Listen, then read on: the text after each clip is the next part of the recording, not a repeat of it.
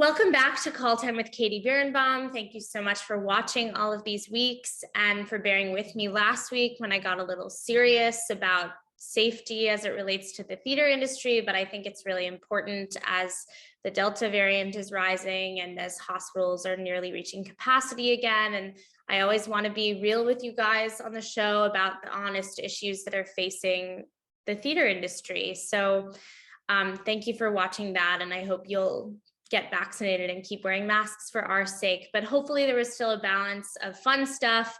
And I'm sure you'll get that balance of fun and cerebral stuff today because I'm interviewing one of my favorite people in the business, the first costume designer I've interviewed on the show, which is making the sort of clothes fashion girly girl in me very excited. So without further ado, the wonderful Alejo Vietti. Welcome. Hi, Katie. How are you? I'm so great. happy to be here. I'm so happy you're here. It's really wonderful. You look amazing as always. Okay, I'll take that. Thank you. You do as well. Thank you very much. That wasn't me fishing for a compliment, just so you know. And you were just telling me you are in upstate New York right now. Yes, I am. My partner and I, we have a place in Tuxedo, New York. So we're very, very lucky. We're very grateful. We don't take it for granted. And it's only an hour away from New York, but it's in a state park. So it feels very isolated. Actually, it is very isolated. Well, now the cicadas, I don't know if you can hear them, but they're pretty wild. Are you into like camping and hiking? Well, no.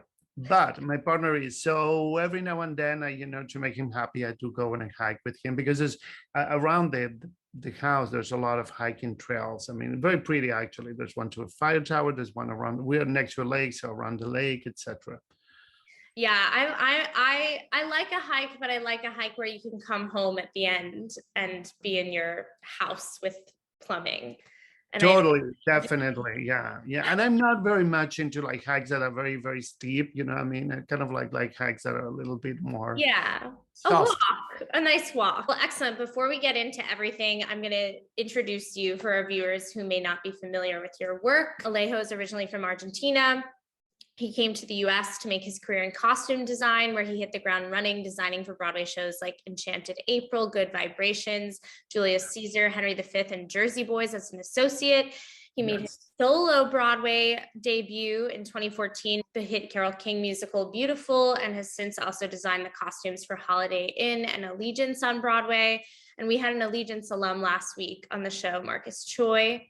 His designs have been taken and seen around the world in the UK, Europe, and Asia, and he's a regular on the regional and off-Broadway circuit, designing at theaters like City Center Encores, Roundabout, MCC, Manhattan Theater Club, The Alley, Papermill Playhouse, La Jolla, Goodspeed, the Guthrie, the Old Globe, Barrington Stage, and even the Radio City Rockettes and Ringling Brothers Barnum and Bailey Circus. He's received the TDF Irene Sheriff Award in 2010, and I've even had the pleasure of working with him a couple times. We could spend the whole hour talking about all of your credits, but is there anything major that you feel that I've missed? No, actually, no, but I will tell you good news. There's a project that I did for Disney, which was Hunchback of Notre Dame, that I love very much. It's a project very dear to me. It's a Stephen Short's, Alan Menken collaboration, and that we started at La Jolla, we did at Papermill, and then we took it to great success to Tokyo, which ran for many years until the pandemic, hit the ground, and hopefully it'll be back in 2022. And we did it also in Berlin, which was a great hit. And this week I got the great news that we're going to be doing it next year in Vienna, in Austria. So I'm very excited about that. What I love about that show, and I mentioned because I'm so proud of it, is because Disney took a big step in going into a more may I say, adult direction. So basing the musical more in the Victor Hugo novel and not in the cartoon. So even though it has all the animated film songs and then some more, it is loyal to the book. So it's very dark, I mean, the spoilers ahead, but like Esmeralda died, burned on the stake, and Hunchback throws Frollo over the railing. When is that going to be? In the spring? It's going to be in the fall, but it's going to be kind of a long process. So I think, we got like a schedule that starts in the spring, goes through the summer into the fall. Wonderful. I mean, late summer, I think it's August when we start rehearsals. How much do you have to go out there, or do you have to go out there at all? I do. We got notice that they do want the whole design team to be there. This is such fresh news that I don't know how long. Oh, we're getting the fresh scoop. I love it. I want to start at sort of a weird place, but this just has to do with like your credits. When I've had other designers on the show, like set designers and lighting designers, something that I always bring up, which I think is unique about being a designer, is that you just have, the reason you have so many credits is like being a designer is that much more fast paced than being an actor or a director. You're sort of in and you're out, and you're able to do tons of different projects. Do you like that aspect of being a costume designer? Do you think that's accurate? Yes, I do, because I really love, I think I may be a little bit ADD, so I really like to jump from project to project, right? Yeah. So it doesn't actually kind of fit from the fact that I can be, if I'm very busy, of course, can like work, half a day on one project and half a day on another project, and then go back 2 days later to the other project. So I like to jump from project to project. And one thing I always been very good about it is letting go. I think once I see the show on stage and I feel like it's, it's frozen and we don't have, I completely let go. I don't get attached to show. It's never happened to me. I think it's very healthy. Like once you kind of give your show to the wardrobe supervisor and the actor, just completely let go and make it them, make it their own. How many projects would you say in a typical year, non-pandemic year, are you usually working on at a given time? Well, that's a good question. And it changes so much. You can be working on and off, on like 6-7 projects, that you kind of like in conversations, like having early meetings with a director for one, having, sketching for another, doing research for another, doing fittings for another. So there is always you kind of, as a freelance, artist, you kind of get this schedule that slowly kind of like shuffles in together, and there's moments that are kind of a little bit more high stress than others, but you try to kind of accommodate, as many projects that you feel like you want to do during a calendar year. Knowing absolutely nothing about how clothes or costumes are made, can you just walk me through the process, your process in particular, of how you go from like an idea in your head to a sketch to the costumes that we actually see on the stage in front of us? Sure. Well, it depends also the type of project, right? A modern, a contemporary project has a different approach than like a period project or a fantasy project, where you tend to make everything, right? But in any case, it starts everything with a text, whether it's a script or a libretto or a treatment if it's a ballet or something like that. But you go to the paper and the story, usually all the answers are there. And then you talk to a director and you start, trying to extract from the director's brain, what is his or her the point of view, how they want to tell this story, right? In cases that is a new project, it's very exciting because the director, the writers, the designers are all collaborating together and like creating this thing, and as you go along and like changing, as you go along. But when it's a play that is, or a musical that is established, what you want to know is like, what is this point of view? What is this new point of view? Or what are we going to say, or how are we going to say it? So after you get that, meaning that to me is so super important, you start doing research, and depending on the project, the research could be anything, it could be painting, pictures, sculptures, cartoons, people on the street, whatever that inspires you and feels that is accurate for the storytelling. And then you start, like getting into paper if you need to get into sketching and try to delineate, visually these characters. Every designer sketches in a different way. I started doing like sketches on iPad on an app called Procreate, because it gives me the freedom of like a very easy changes, easy to also, I don't need to scan anything. I don't need to be, when I'm traveling, I just need to get, my iPad and my pencil. I don't need to get, like before, paper and watercolors and markers and all that stuff. And things, as this world is moving faster and faster. So somehow I felt like I needed to get along with that process. And then you do, once you present the sketches and they're approved, you do like what we call swatching. It's like going to different fabric stores and getting, samples, sending sketches to be bid out, if they're not, if it's a regional theater that has a shop, you have meetings with those drapers. If you're gonna bid it out, meaning using independent shops, you're gonna send them out and if, like talk to them, how things are done, etc. And then you do, once it's decided, you do what we call it a mock-up fitting, which is a fitting making a muslin fabric, which is like an expensive cotton fabric. And then that you kind of like design, basically you kind of adapt your design to the performer and look at like proportions and scales and use a Sharpie and to write on top, etc. And after that, they cut it into real fabric and you do a second fitting. And then after that, hopefully you're in tech. It seems like there's, as a designer and especially a costume designer, there are like the two poles of the creation. And one is kind of solitary, like you on your own, thinking of inspiration, doing research, making sketches. And then there's the very communal, like costume shop tech aspect. Do you feel like it's equal parts of those things? Do you enjoy one of those more than the other? That's a good question. I enjoy I actually, be honest with you, I really enjoy when I get to make the clothes, we can talk, for hours about like doing contemporary shows and sometimes how unrewarding they are, right? They're simply because, everybody. Because they're just like pulling stuff, right? Like, well, no, I think it's mostly because very, very different factors. A, you are at the mercy of what's out there in the world, you know what I mean? What is available to be shopped.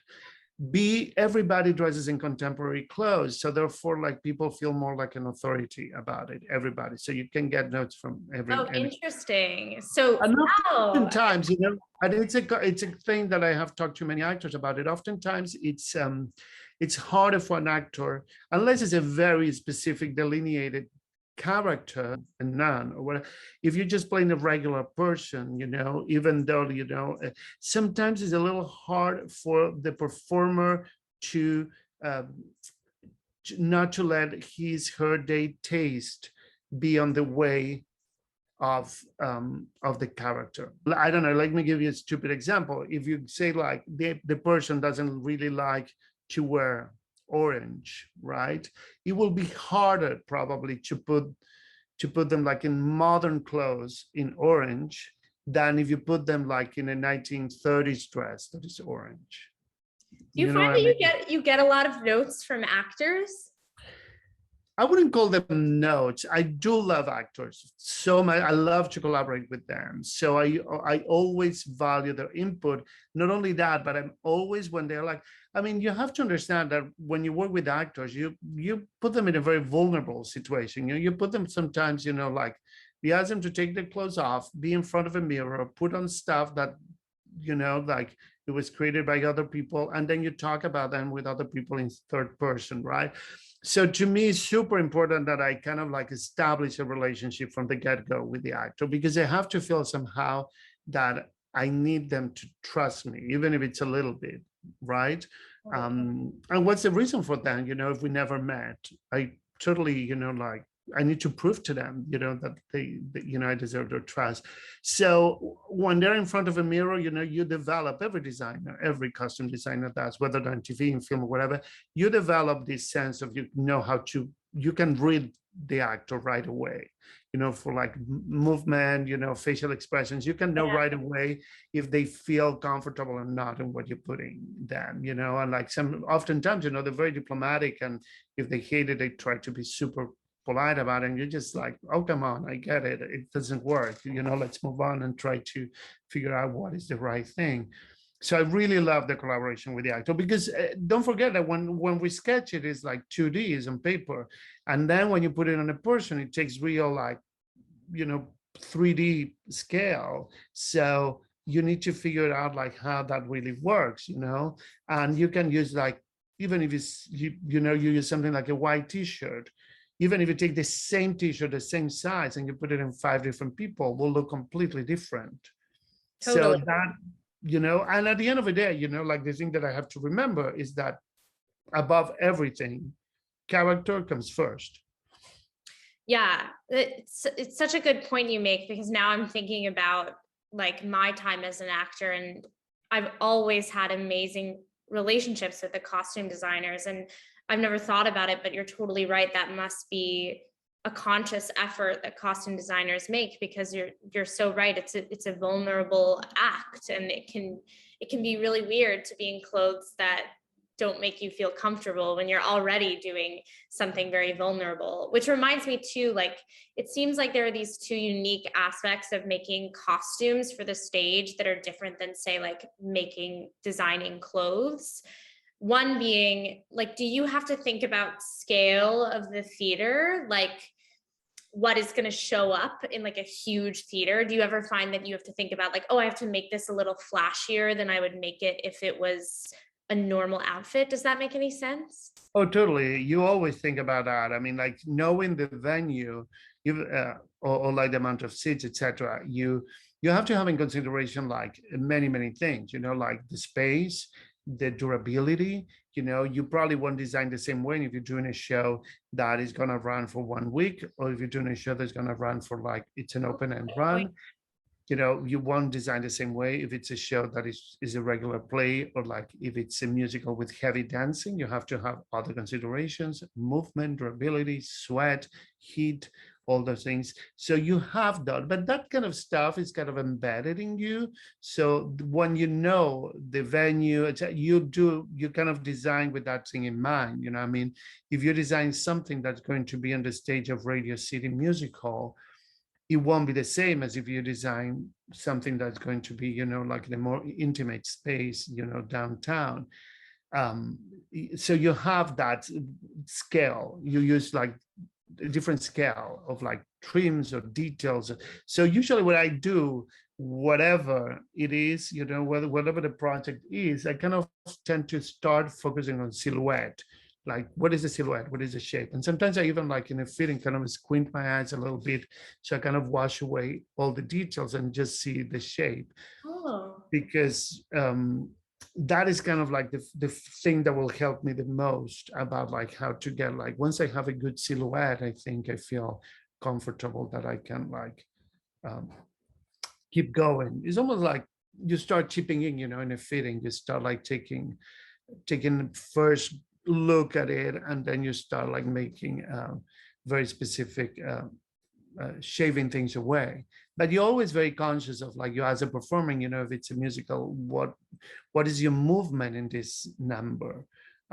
Do you have to do, I don't know, cartwheels or high kicks or things like that? So you'll have to have that in consideration, because they need to be comfortable in what they're wearing. I'm always amazed by the costumes for big musicals, many of which you've done, because they have to, as you say, allow the actors to do these like insanely athletic dance moves all the time. I mean, I think there's that famous like theater lore about the West Side.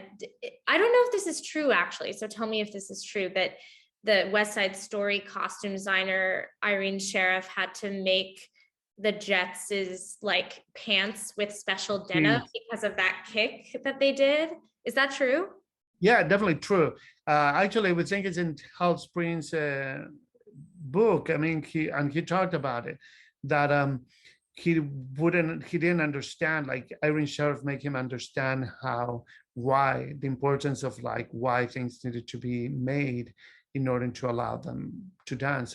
He didn't understand the concept of like buying, at the time they were called dungarees instead of jeans, jeans for instead of like making it and paying like 10 times that value, because you have to make it so the performer can express them fully. I mean, like if you have something that is all of a sudden restrictive, yeah, then it's a big problem, and you are responsible for that because you put them in clothes that are restrictive for the movement, especially in a show like that that is so dependable on the dance. Brings me to my question. I want to kind of take it back to the beginning a bit about you. So you're from Argentina. What was your first love? Was it theater or was it clothes? And how did that come about? That is a great question. And I don't know if I can answer correctly. All I can tell you is like as a kid, I was very much into clothing. I was very, very much into movies. And I loved any movie that have some kind of like fabulous clothes. And by fabulous, I mean, it could have been, like fantasy, and science fiction, or like could have been period. It could have been anything that catch my eye.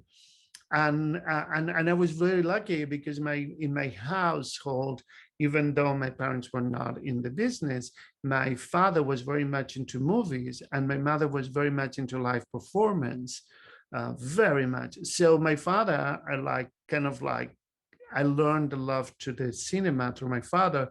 And with my mother, we will go, I have one sister, so she will take my sister and I to every single ballet that came to town, every play that came to town. So we were from an early age very, very exposed, very lucky to be exposed to theater, for kind of children theater and then more like adultish theater, right?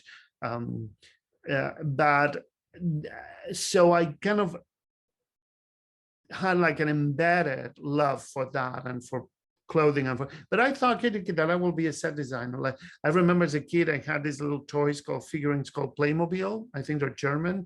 I had them too, yeah. I love them. So what I will do is like I will let's say I watch a movie and I love it. So then I will try to kind of like recreate my version of it. So I will take the shoe boxes and paper and create sets, right? And I kind of play all afternoon pretending, I was doing, Sound of Music or science fiction, Star Wars or whatever. And then at the end of the day, when I had to put all my toys away, I will actually destroy all the things that I build and throw them away, right? And I always kind of like, even now, like thinking about like, why was I kind of like self-censoring myself? I think I always thought that being in the arts was more of a hobby than a career. I mean, in other countries, like Argentina, being an artist and like being a costume designer will be a huge struggle. Yeah. A huge struggle, like financially. Now it's better, obviously, but at the time it was kind of like, oh, that's great, but what you're gonna do with your life? Right. Right. So how did you eventually like make the decision that you wanted to do it professionally and like come to the States? Well, that's a great question because always I had a fascination with New York. I think I'm a very urban person. Of course, in Argentina, we don't have college. You from high school, you pick your career and college is somehow built into it. So let's say if you go to law school, it's like 5 years, Right. or more. You can make it 6, or you can make it less, depending how good you are. So at 17, I went to like a school, like all boys schools only, it was not co-ed. And they were all being, it's very traditional in the cases like all the engineers, all the kids that if the parents are like, the father is an engineer, probably will go to be an engineer. The doctors became doctors. I mean, to these days, my high school friends, I have a friend who's a neurosurgeon, and like his father was a very well-known neurosurgeon, and so it's that thing. And even though my father wasn't a lawyer, I decided to go to law school, and I went to law school for like 4 years. Wow, I had no idea. Yeah, and then one night my father asked me, "It's like, are you happy doing this?" And I say, "No, I'm not." I say, "What you want to do?" It's like, "I want to design." Well, then like quit tomorrow and enroll yourself in design school. And the next day, I just felt like a liberate, like this backpack full of stones, came off my shoulders, that I didn't have to follow a path that somehow people thought that it was what I had to do. So like getting like the approval from my parents felt somehow so important. I guess I had made in my own mind, these kind of limitations. I have put them. And so the next day I went and enrolled in design school, and I finished 4.5 years later. I have been in school for like 9 years, and I've been kind of like toying with the idea of move to New York for many years. I had come to New York. I will save, I will work. I work as a paralegal for many years, etc. I will save money all year long because I was living with my parents. And then at the end of a year, I will come to New York for a month and spend time with somebody I knew in New Jersey from my mother's hometown, and come to the city every day and see shows, etc. So I was kind of familiar with like who were the designers I like, the famous ones, and Right. I'm reading the city booklets and things. So I decided, in 1996, my family, my parents, my sister, my brother-in-law, and I decided to come to New York for Christmas, to spend Christmas, all the seven of us. And I told them, like, I don't think I'm going back. I think I'm gonna stay there. And I didn't know anyone.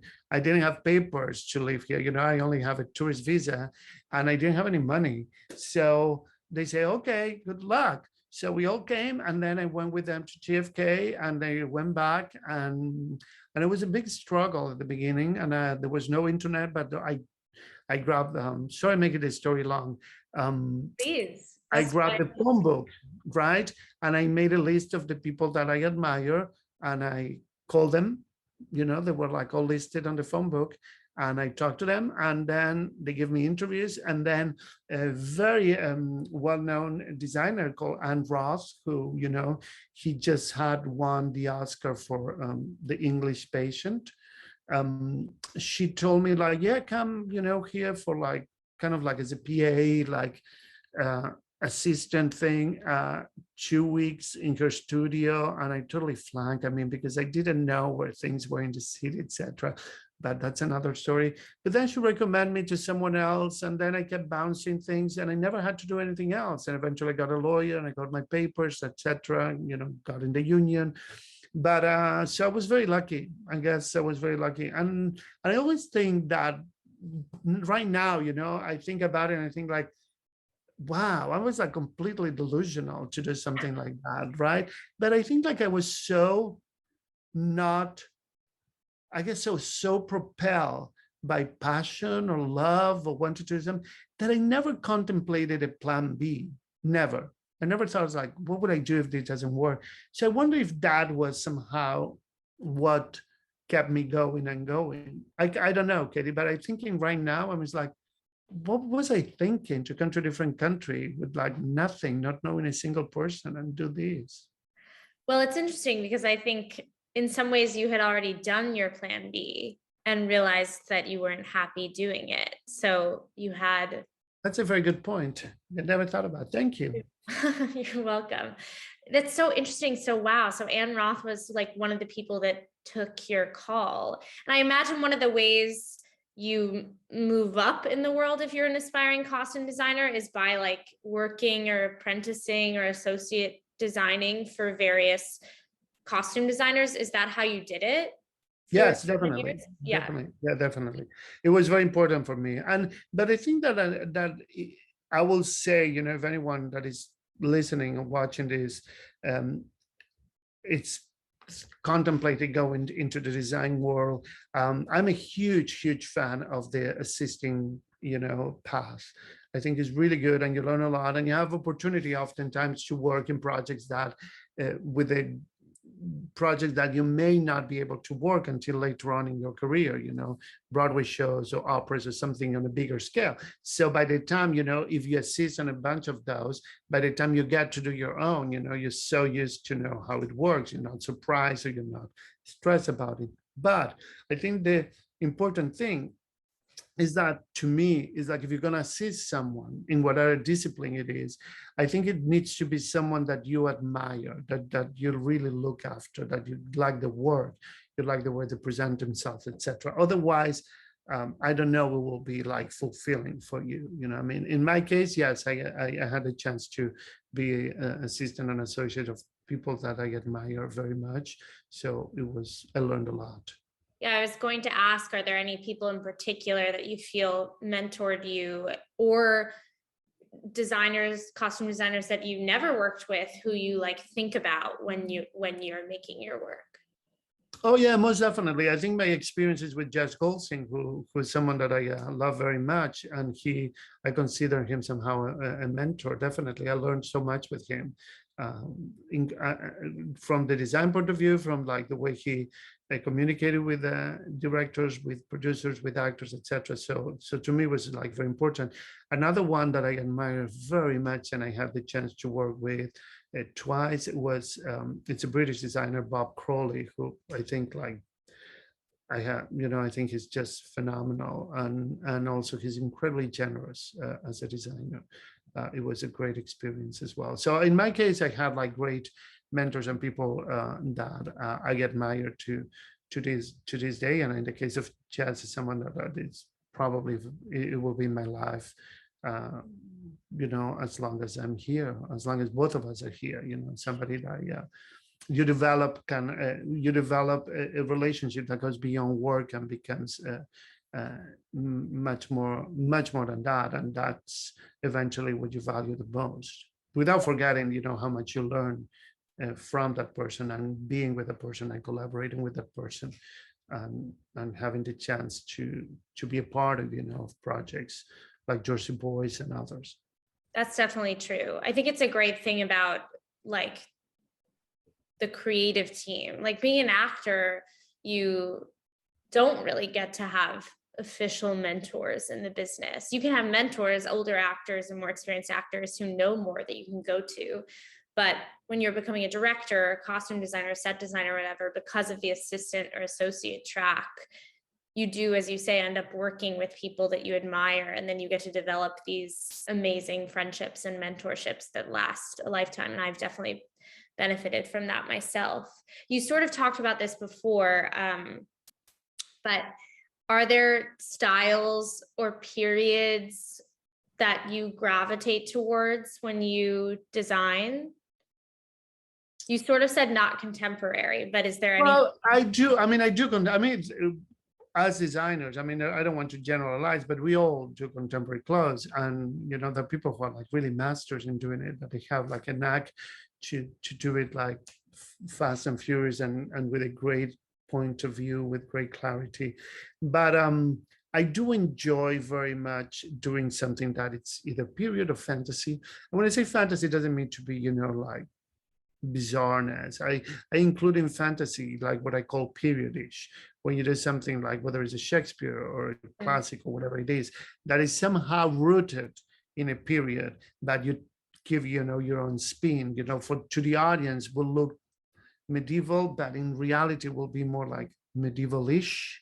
Right. You know what I mean? And I do like that because it's the ultimate fulfillment in terms of being a designer, because you get to do a lot of research, do a lot of picking fabrics. I love that part of it. I love the fabric element, and then collaborating with the drapers and with the tailors and with the craft people. Maybe need to be painted or embroidered or beaded, or like or using unusual materials. So that part is super fascinating to me, because I really love collaboration, and I really like that kind of thing that starts bubbling, going up. You start here and then hoping that this person will bring something, and then it keeps until you get like this look that is very elevated, that it started in this paper concept, and now it's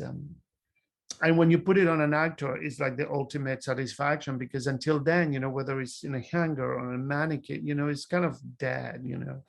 It's just very static. Yeah. But actors bring them to life and give them their own personality, the way they move, the way they wear it. You said there's so much collaboration. Who do you think is the costume designer's like most important collaborator? Is it the director? But I could imagine it also being the lighting designer, because that changes how the clothes look on stage, or the choreographer, or the set designer. Or is it a combination? It's definitely a combination. I will say the director is the most important, in the way that he's the, if we think of this as being a ship, he's the captain. And I think he has somehow the vision and the responsibility to bring all the people not only to the same port, but on the same route in a way. Because the theater that I have worked on and the theater that I have seen that is the most successful, it doesn't have to do with the prettiest or the, you know, or the more luxurious. It has to be with the one where like every single person was on the same page, telling the same story from the same point of view. And somehow when that comes together, it could be super magical, you know what I mean? So that to me is the most important. And it's good that you have those communications very open with the collaborators, especially as you were mentioning with the lighting designer, because the lighting designer is somebody that comes later during the process, you know, but they, by the time they come into the equation, you know, doing tech, even though you communicated with them, you send them sketches and swatches, you have been working on these processes for a long time, you know, for a long time. So you basically meeting them when your result is almost finished or Right. at the almost finished level. So it's super important that you communicate with them to make sure that, you know, like you get the best of both worlds, if that makes sense. You know, like I have times that I have talked to a lighting designer and says like, is there anything you can do to make it, you know, be more realistic to the color that it actually is? But you know, it's very, and it's very unexpected at the same time, because in your mind, you have an idea how it's going to look on stage.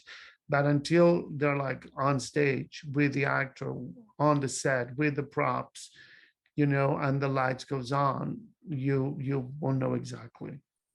I think that's really true. I think tech is like such a weird, magical time because even for the actors and the director who've been like doing it in a different space for weeks, everything just changes and looks different once you get on stage. Like you feel like you're in an entirely new play suddenly, which is really exciting. But I think you're absolutely right. I can think of shows that I've done where suddenly like the lights and the costumes look insane and then you have to change it, and that's just a reality of the business. Speaking of realities of the business, have you ever designed for, and you said you grew up as a fan of cinema, that's how you sort of got into the world, have you designed for TV or film ever?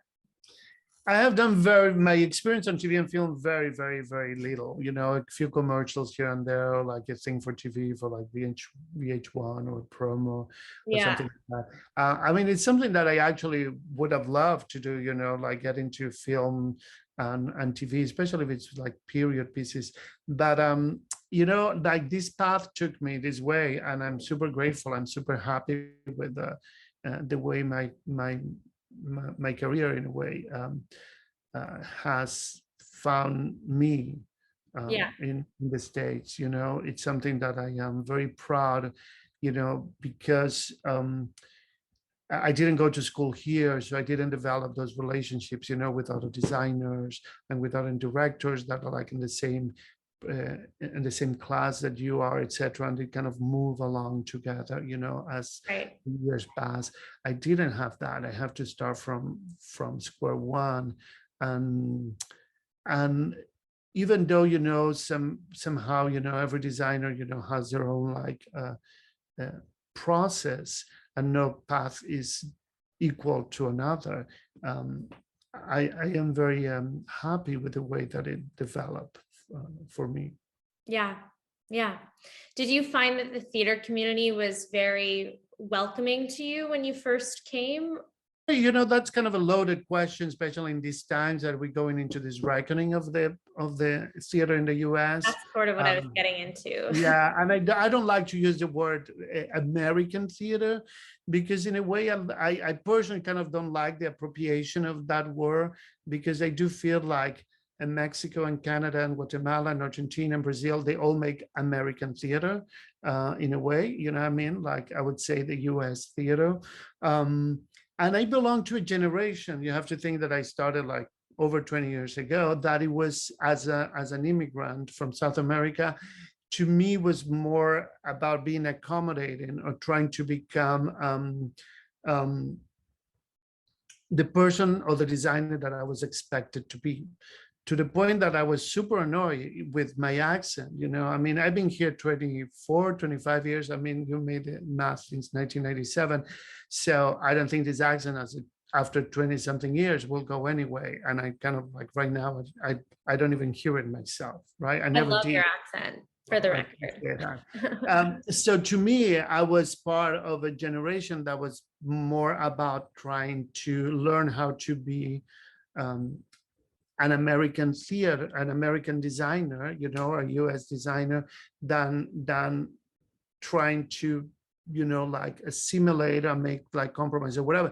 I'm very lucky that I look the way I look. So because I've been told many, many times, which and in a very good, with very good intentions, people don't realize when they make like microaggressions, but like I've been told many times that, oh, you don't look like a Latino, as if there was some kind of standard that you need to look like, and at the same time they will tell you like, yeah, you don't get it because you're not American, right? But never there was an intention to make you feel bad or anything like that. But regardless of that, there is a little bit of a consequence in yourself, when people tell you that.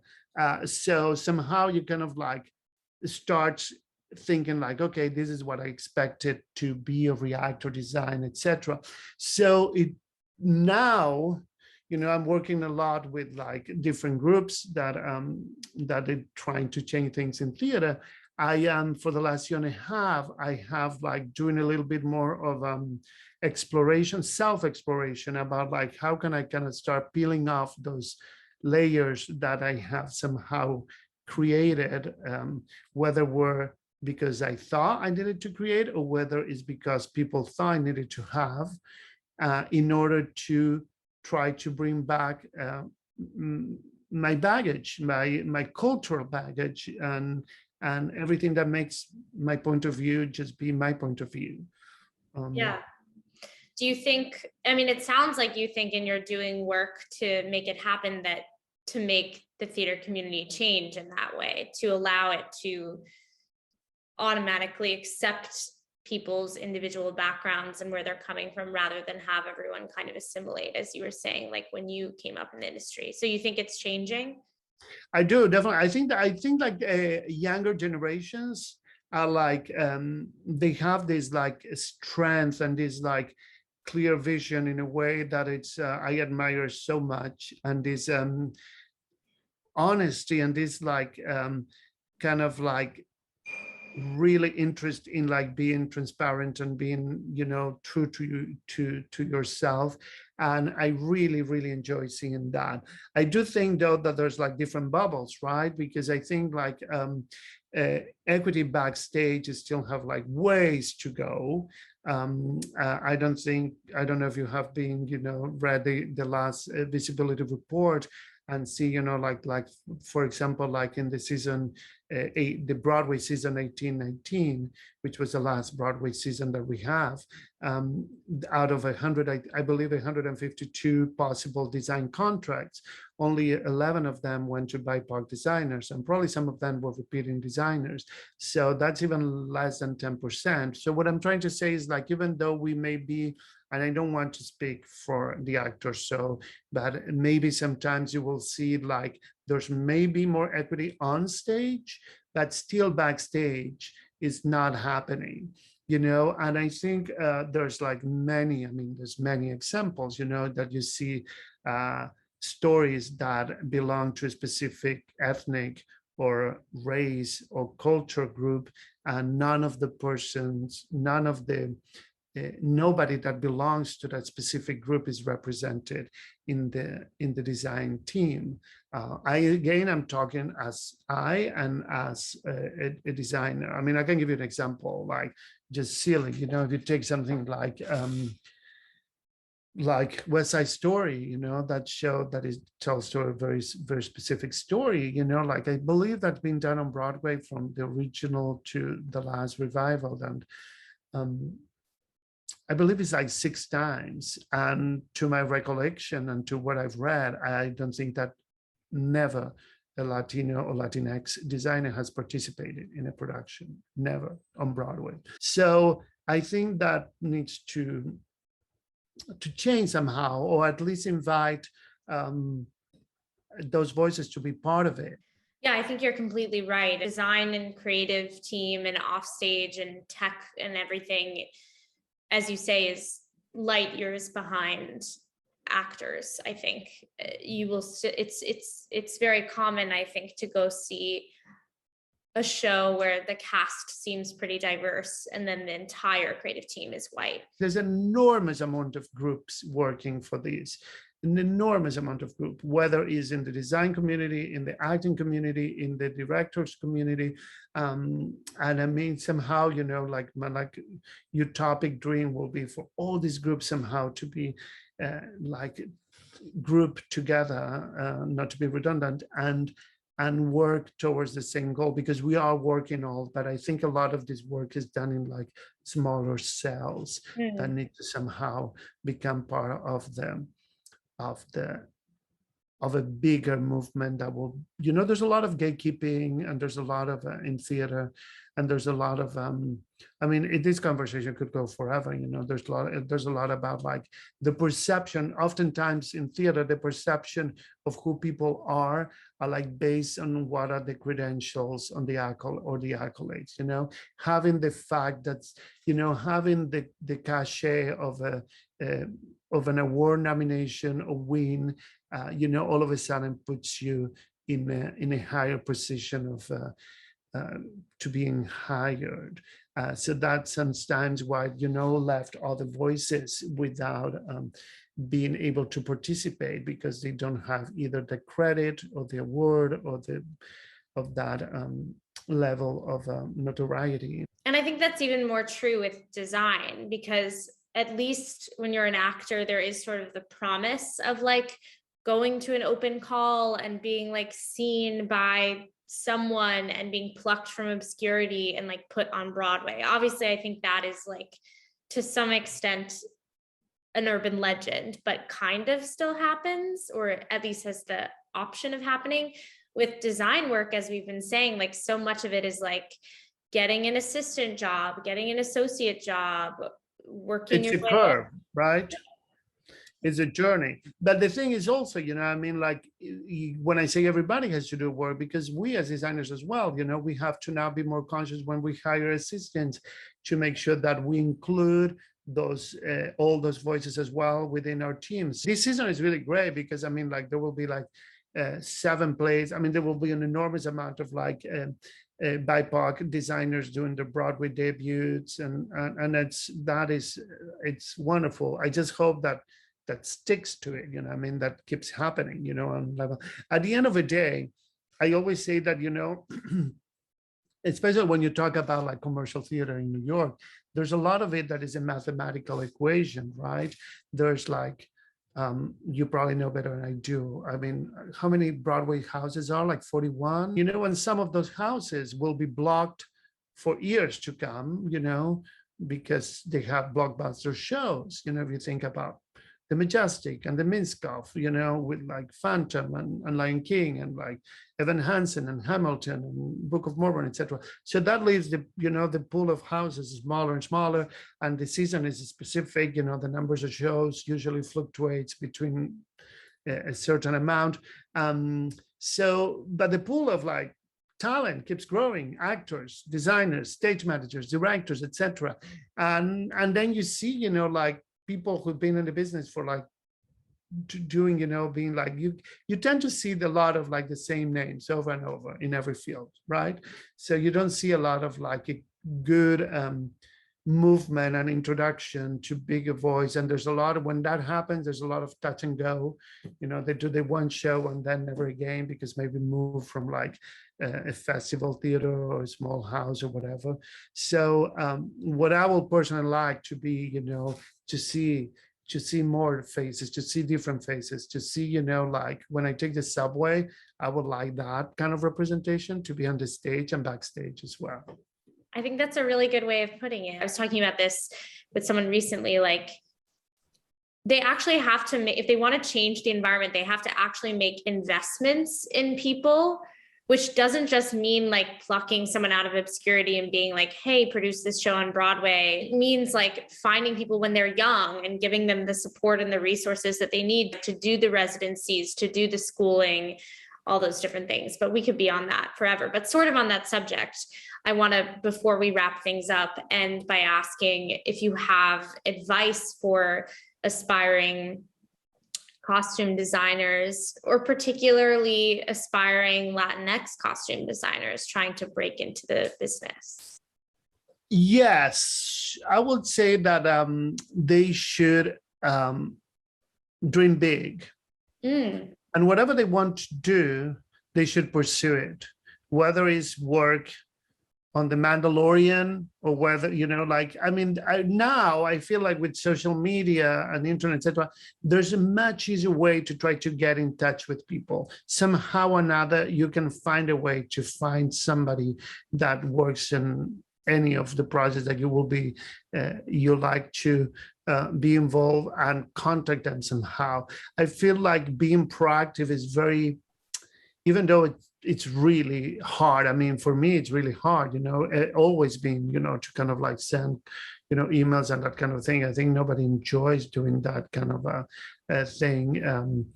Maybe some people do, but I think it's very important that you kind of are proactive, that and you don't like content yourself and just being, doing whatever, it's being offered to you. I think dream big. I think it's very important to kind of like, and to me, to me personally, was what it worked was like having achievable goals, that go day by day, and knowing yourself and know what are your strengths and your weaknesses. Before we end, I always end. This is going to be a left turn to some lighter territory. Okay. I want a lighter turn. Good. I always end with a segment that I call the Thank You 5 segment, which is 5 rapid fire questions that you should just answer first thing that comes to the top of your head. Great. So first of all, do you have a favorite show for which you've designed the costumes? I will say Beautiful, just because of how gratifying it was to me that being part of that production. And I saw it. I didn't see it originally, but I saw it like in 2018 or something, and the costumes are amazing. I love a period. I love that period that it was in. So fabulous work. Yeah, I think it was a combination of, being my first Broadway show, being a huge hit, being embraced, meeting this group of people that were extraordinary. I really like that. So great. Can you think of the craziest or worst wardrobe malfunction you've seen on stage? Yes. It was oh my God, I hate it. It was a production of a show I was doing at Philadelphia Theater Company, of a show called a musical that called Nerds. Yeah. And then at some point, there was a main actor that needed to be pants, pull his pants down by an actress and then expose his kind of like comic, I think it was a Spider-Man underwear. And she did it so strongly that she pulled the underwear as well, exposing completely the actor. And I was so mortified. I could not be more apologetic to the actor and to everybody involved. I felt awful. The audience, I mean, of course, God, it was a riot. They did not expect that. But, yeah. I'm sure everyone involved was mortified. I'm sure the actress who accidentally did it was. Oh, everybody was mortified. Everybody felt terrible about it. It was one of the things that should have never happened, obviously. Yeah. Unfortunately, wardrobe malfunctions are just sort of like bound to happen when you've been doing theater long enough. I've definitely done a musical number with like just underwear on or something. Do you have a show that's on your bucket list that you're like dying to design for that you haven't yet designed? Yes, definitely. There's nothing that will make me happier than design if there's ever a revival of Kiss of a Spider Woman, because that project is based on the novel by the same name by an Argentinian writer called Manuel Puig, who I'm very familiar with. I love the story so much. It tells a very part of a very dark chapter in the history of my country that I got to live as a very young kid. So that will be my dream project. Such a cool show too. Oh, and its core is spectacular. So, well, I can't wait to see that. I think you'd be the perfect designer for it. So if there are any producers watching, every character in the show is Argentinian. So it will be kind of, and there's only, I think, like 2 shows that based with just heavy Argentinian characters, which is Kisses, Spider-Woman, and Evita. And I was able to do Evita at City Center with Sammy Cannell, a production that I am unbelievably proud of it. I'm like, it was the best. It looked amazing. And I went to theater camp with Solea Pfeiffer when we were like 15. Just the best. Solea, it's an incredible talent and the most beautiful person. Beautiful inside and out, I would say. Oh, definitely. Do you have a costume designer from theater, TV, or film, dead or alive, with whom you'd most want to share a drink and a dinner? Yes, an Italian designer called Piero Tossi, who I think is the master of masters, who was a designer that like grew up with that Sefirelli and all those people that went to school together, and then the bulk of his career was a very famous Italian director called Luchino Visconti, and they made like very famous movies together, like The Leopard, The Dam, Ludwig, etc. And his clothes are just to die for. Every like film guy that I've ever like dated is always like, you have to see The Leopard, and I've never seen it. It's such a great movie. And last but not least, do you have a most memorable piece that you've made for the stage, like an individual costume piece? There was a production of Othello, and it was again period-ish, right? And I designed a dress for Desdemona that actually was red. It was like a red satin with this pewter metallic fabric involved in it, and it has this hematite little stars embroidered on the neckline, etc. That I always thought it was, I always loved very much. It was something about like dressing Desdemona in red that empowered her, that I thought it worked. So I am very proud of that costume. Yeah, I love that, because I feel like most of the time we always see Desdemona in white, and it's so like expected. So I'd love to see that. Maybe I'm going to reserve you now to like design my wedding gown or something, because anytime will be my pleasure. Well, this has been amazing, Alejo. Is there anything that you feel like I missed, you want to discuss more, you want to plug, anything like that? No, I think we discussed a lot. I want to plug your program, your show, so people get to see it, not because of me, but like all the other phenomenal people that you had in other episodes. It was really, really a joy to do it, and I hope that I answer all your questions somehow accurately. You absolutely did. It was a joy to have you. Anyone watching can obviously tell that Alejo is like the most beautiful soul and the best to work with. And one thing I'll say, which I think I forgot to ask about, which I love about you having worked with you in this context, is like theater is so scrappy. Like sometimes you're working on a Broadway show with a multi-million-dollar budget, but when you're working in regional theater, it's sort of like, okay, here's some crumbs and like make magic happen with it. And you are someone that I think of as being able to make magic with nothing. So I don't know how you do it, but somehow you do. Well, one thing that is important for me is to have fun. I mean, it's really important for me to enjoy what I do. You know, I always say like, oh, when this becomes to become like a burden or like very, that when I put things on the scale and the negative is bigger, I should just move on to do something else, which I don't even know what it is. But I think it's, so nothing gives me more joy than be surrounded by people I like, I admire, and I get to collaborate with. So I feel like it's a perfect trifecta effect. And when that happens, you know, it's bliss. Fabulous. Well, it shows in your work, that I can't wait to see what's next. We were talking a bit before we started recording about what's next. And of course, you said you have a Hunchback coming to Vienna. So if anyone's watching from Austria, please go see that when it comes out. Stay tuned, Call Time viewers, for more exciting interviews coming up and some new exciting developments. And thank you for watching as always.